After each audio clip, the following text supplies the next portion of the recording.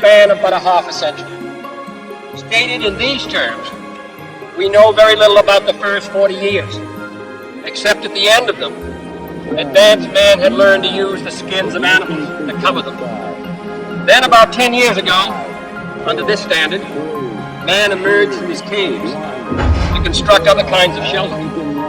Only 5 years ago, man learned to write and use a cart with wheels. Christianity began less than 2 years ago. The printing press came this year. And then less than 2 months ago, during this whole 50-year span of human history, the steam engine provided a new source of power. Newton explored the meaning of gravity. Last month, electric lights and telephones and automobiles, airplanes became available. Only last week, we developed penicillin and television and nuclear power.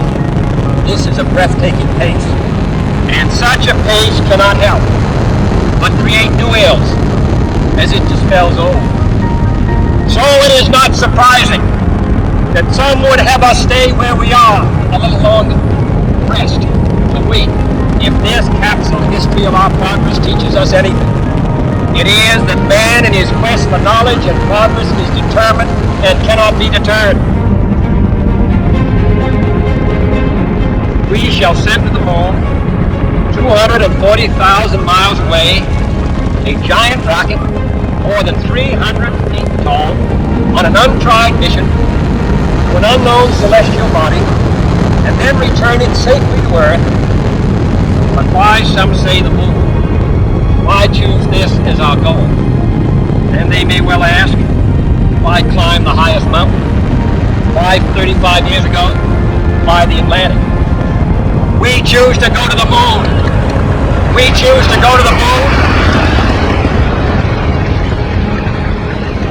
We choose to go to the moon in this decade and do the other things, not because they are easy, but because they are hard.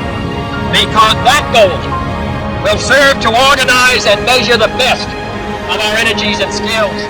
Because that challenge is one that we're willing to accept, one we are unwilling to postpone. And therefore, as we set sail, we ask God's blessing on the most hazardous and dangerous and greatest adventure on which man has ever embarked.